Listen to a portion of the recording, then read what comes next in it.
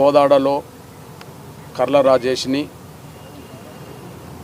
చిలుకూరు మరియు కోదాడ రూరల్ పోలీసులు అక్రమ నిర్బంధంలో తీసుకొని చిత్రహింసలు పెట్టడం వల్లనే ఆయన చనిపోయిందనే విషయం ముమ్మాటికి నిజం. అందుకు తగ్గ ఆధారాలు సాక్ష్యాలు మేము సమాజం ముందు, కమిషన్ల ముందు, పోలీస్ ఉన్నతాధికారుల ముందు నిరంతరం పెడుతూనే ఉన్నాం. అయినప్పటికీ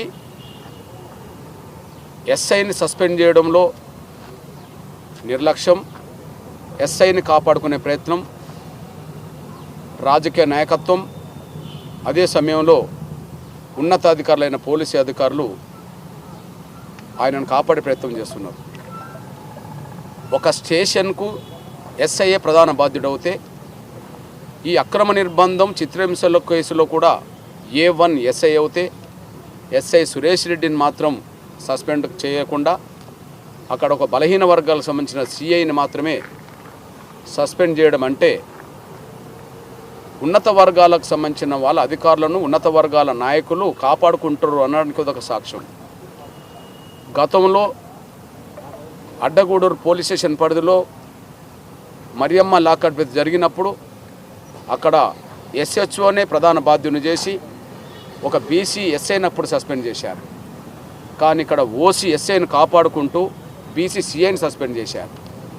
ఇందులోనే ఖచ్చితంగా వివక్షత స్పష్టంగా కనిపిస్తుందనే విషయం కూడా రుజువు అవుతుంది.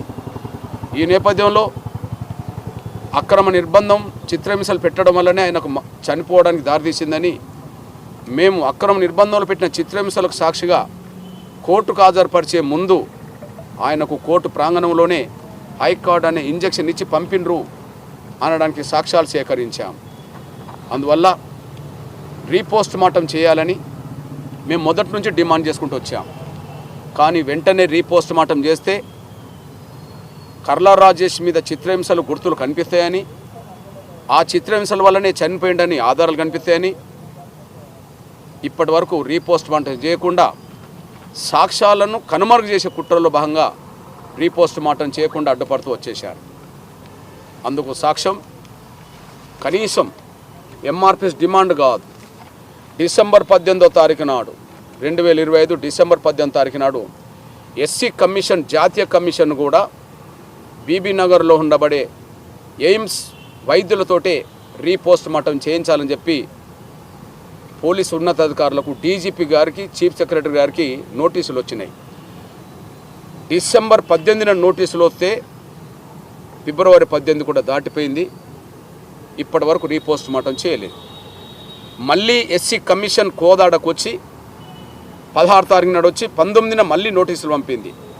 ఖచ్చితంగా రీపోస్ట్ మార్టం బీబీ నగర్లో ఉండబడే వైద్య నిపుణులతోటే, ఎయిమ్స్ వైద్య నిపుణులతోటే రీపోస్ట్ మార్టం చేయించాలని చెప్పి ఇప్పటికి కూడా చేయించలేదు. కారణం ఏంటంటే రీపోస్ట్ మార్టం అంతకుముందే చేస్తే ఖచ్చితంగా సాక్ష్యాలన్నీ స్పష్టంగా కనిపిస్తున్నాయని చెప్పి భయంతో రీపోస్ట్ మార్టం చేయకుండా అడ్డుపడుతూ వచ్చేశారు. దాన్ని దృష్టి పెట్టుకొని ఈరోజు సూర్యాపేట జిల్లా పరిధిలో ఈ కేసు విచారణ లేదు. IG గారు చౌహాన్ గారు మాకు చెప్పినరు సూర్యాపేట జిల్లా పరిధిలో విచారణ జరగట్లేదు, అది SC కమిషన్ ముందే చెప్పాడు. నల్గొండ SP పరిధిలోనే విచారణ జరుగుతుందని చెప్పి సూర్యాపేట జిల్లా పోలీసులు జోక్యం చేసుకోరని చెప్పి స్పష్టంగా IG గారు కమిషన్ ముందు చెప్పడంతో ఈరోజు నేను మళ్ళీ SC కమిషన్ పంపిన రెండో నోటీసు పట్టుకొని నేను గౌరవ SP గారిని కలవడం జరిగింది. గౌరవ SP గారు ఈ నెల 26వ తారీఖు నాడే ఖచ్చితంగా బీబీ నగర్లో ఉన్న ఎయిమ్స్ ఆసుపత్రి వైద్యుల బృందంతో రీపోస్ట్ మార్టం చేయబోతున్నామని చెప్పి ఒక హామీ ఇవ్వడం జరిగింది. కాకపోతే బాధ ఏంటంటే మేము లాకప్ డెత్కు గురై చనిపోయిన తర్వాత మొదటి వారం రోజుల నుంచే రీపోస్ట్ మార్టం డిమాండ్ చేస్తే 3 నెలలు గడిచిపోయింది. SC కమిషన్ నోటీసులు పంపి 2 నెలలు గడిచిపోయింది. కానీ రీపోస్ట్ మార్టం చేయకుండా జాప్యం చేస్తూ వచ్చారు.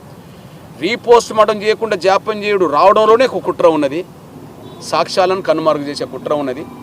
ఆ కుట్రకు పాల్పడ్డది పోలీసు ఉన్నతాధికారులు అనే విషయం కూడా స్పష్టం చేస్తున్నాం.